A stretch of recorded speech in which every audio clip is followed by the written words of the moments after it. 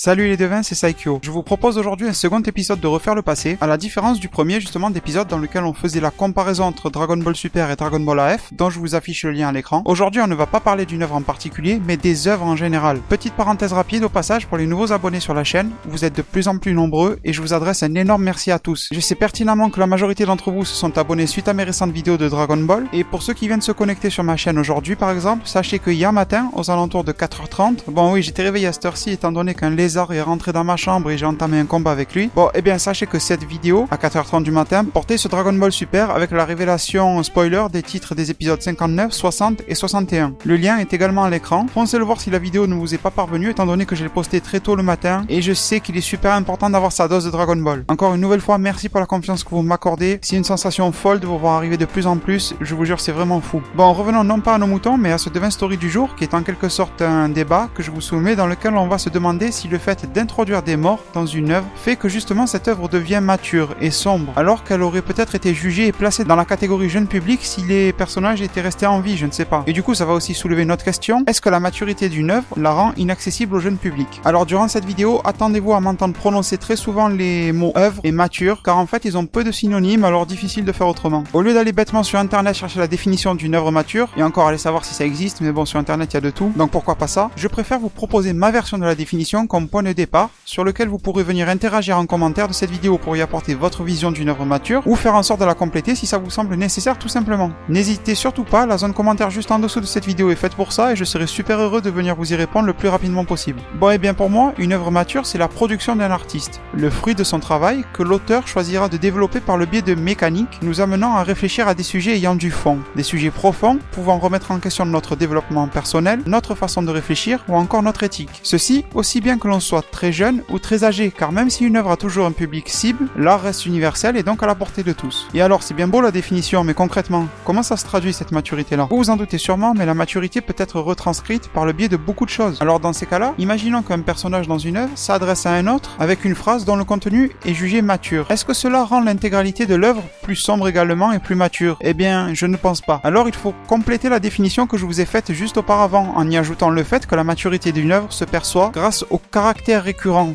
justement de cet aspect-là, c'est-à-dire que l'on nous rappelle tout au long de l'œuvre que des choses d'une importance et d'une profondeur significative s'y passent. Mais parfois, ça peut aussi être un événement clé de l'œuvre qui va la renverser complètement. Ça peut être l'accroche dès le début, avec par exemple un décès, une maladie, une séparation, ou encore une remise en question du héros, pourquoi pas. Mais cette espèce de climax de la maturité, comme j'ai envie de l'appeler, peut aussi se produire en plein milieu, comme en toute fin en guise de twist qui va détruire toute notre perception de ce que l'on vient de voir, en nous faisant réaliser que l'on vient de passer par exemple 2 heures à voir un film, mais qu'en fait quelque chose d'autre se cachait derrière tout ça depuis le début. Mais alors, pourquoi est-ce que dans l'esprit collectif, on en revient souvent à dire « Ah non, cette œuvre-là, c'est pour les enfants, parce que dedans, il n'y a pas de mort ». Bon, déjà, je vais répondre rapidement à ça, mais les enfants et les plus jeunes, ils ont aussi droit à des œuvres matures. Rappelez-vous, ou tout simplement allez voir les dessins animés de Walt Disney, du moins les anciens, qui traitent tous, et j'ai envie de dire, ou quasiment tous, de la mort, de la solitude, ou encore de l'amour. Et avec ces 3 sujets-là, je pense qu'on a touché le top de la maturité. Et pourtant, la cible principale de ces œuvres de Walt Disney sont les enfants. Même si les adultes en raffolent aussi beaucoup, mais c'est surtout les adultes qui ont connu ça étant enfants. Bon, ça c'est autre chose. Bon, et bien pour commencer à vous donner des réponses, la première déjà, c'est que la mode depuis les dernières années, elle est un peu à tout ce qui est soft gore, vous voyez, c'est un peu ça. Par exemple, les zombies. Entre les jeux, les films, les séries ou encore les animés remplis de zombies, et je parle des zombies au sens large, même si vous regardez des films comme le dernier Hunger Games ou le Labyrinthe, ils ont tous deux intégré des zombies. Et encore une petite parenthèse perso, mais je ne pense pas qu'ils auraient dû le faire. Bon, c'est encore autre chose et c'est, on va dire, un petit sujet qui me fâche parce que j'aime pas dénaturer une œuvre juste en lui ajoutant quelque chose à la mode. Et avec les zombies, par exemple,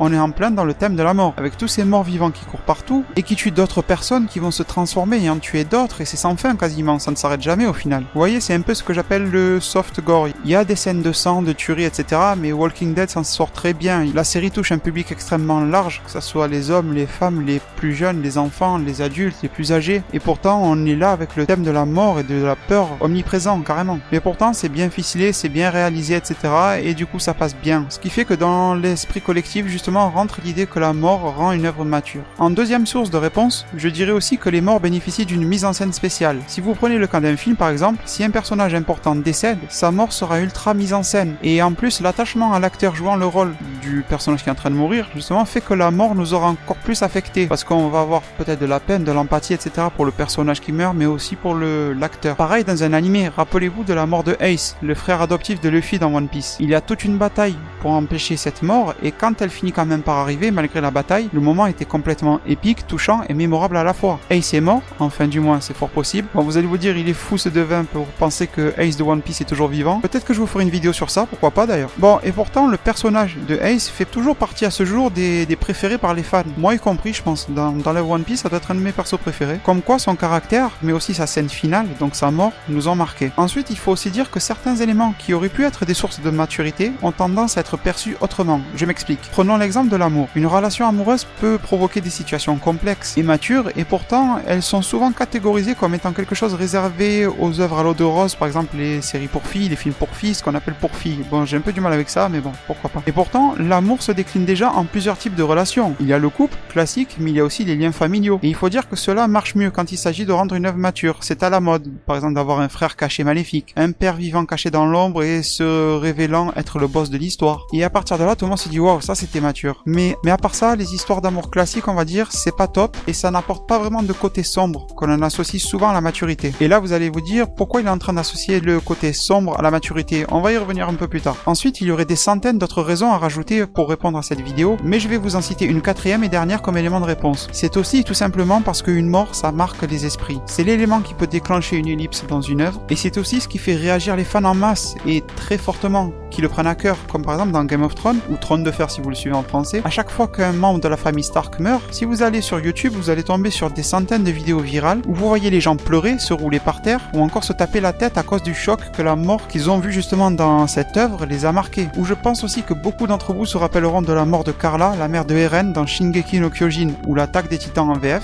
Dès le premier épisode, elle se fait bouffer par un titan aussi mystérieux que meurtrier. La scène était folle, j'ai vu ça moi-même et j'étais à moitié choqué et à moitié hypé par la scène. Je pense d'ailleurs que cette scène a fait en sorte que beaucoup de fans de Shingeki d'aujourd'hui justement ont adoré l'œuvre et l'ont trouvée mature à souhait. Mais vous savez, depuis tout à l'heure, on est en train de trouver beaucoup de raisons au fait que la mort soit associée à la maturité, mais il y a aussi bien d'autres éléments qui font qu'une œuvre est mature ou pas. Si l'on prend l'exemple d'œuvres sous format vidéo, je parle bien sûr des films, des séries animées, etc. Il y a beaucoup d'autres éléments qui entrent en jeu. Le choix des couleurs par exemple. Et là, ça revient avec ce que je vous disais tout à l'heure sur le côté sombre. Ce n'est pas le simple fait de mettre du gris et du noir, donc le côté sombre, qui vont donner de la maturité à l'œuvre. Ça peut y contribuer, comme dans l'arc actuel de Trunks du futur de Dragon Ball Super, mais ce n'est pas uniquement ça. Si je continue sur le cas de Dragon Ball Super, c'est mature aussi parce que derrière, il y a de la menace. Il y a du fond, il y a du mystère, vous voyez. Il n'y a pas de typologie de couleurs de type mature. Il n'y a pas une palette de couleurs qui fait qu'une œuvre est mature. Non, ce n'est pas ça. Il n'y a pas de filtre à appliquer sur votre caméra ou votre écran si vous voulez filmer un court-métrage mature. Non, ça ne marche pas comme ça. C'est simplement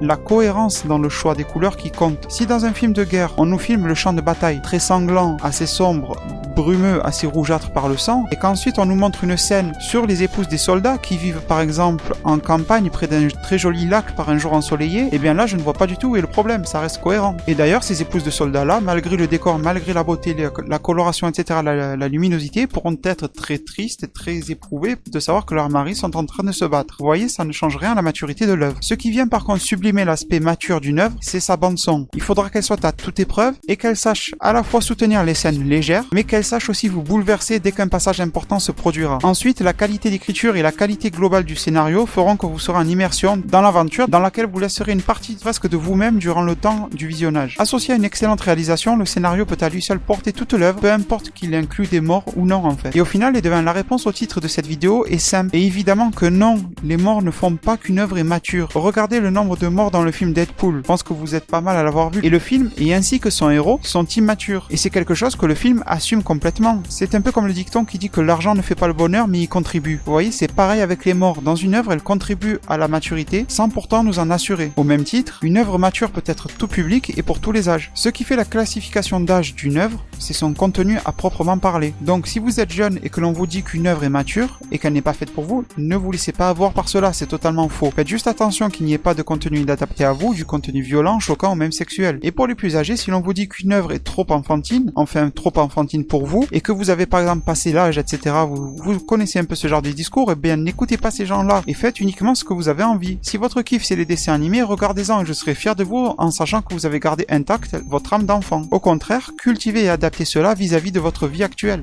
Dans tous les cas, n'hésitez pas à venir me dire en commentaire juste en dessous de la vidéo si pour vous il est nécessaire qu'il y ait des morts dans les œuvres, ou du moins dans les œuvres que vous suivez, afin de les rendre plus matures ou tout simplement matures. Ou si vous avez des exemples contraires dans lesquels personne ne meurt, et voire même les personnages sont tous heureux et pourtant l'œuvre est mature quand même. Je serai le plus heureux de venir vous lire et d'en discuter avec vous. Je vous laisse sur ces mots, prenez soin de votre futur en sachant que le meilleur moyen d'y arriver c'est de vous abonner à ma chaîne, de la commenter, de partager mes vidéos et de les liker si l'envie vous en prend. A plus pour de prochains arts divinatoires.